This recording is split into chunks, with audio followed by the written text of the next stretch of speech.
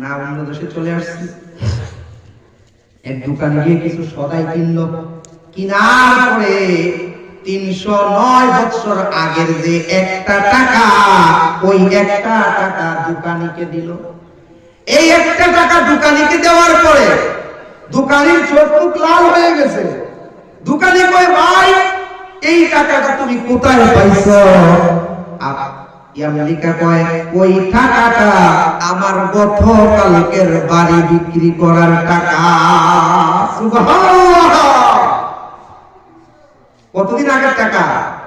309 বছর। আর উনি বলতেছে আমার গতকালকের বাড়ি বিক্রি করার টাকা। সুবহানাল্লাহ!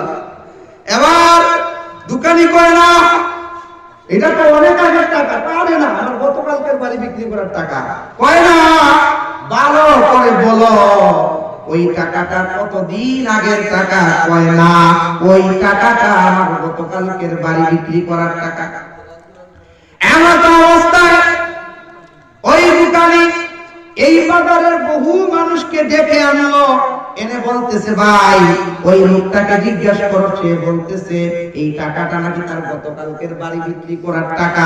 অথচ টাকাটার সাল দেখো, ওই টাকাটা হলো 309 বছর আগের টাকা।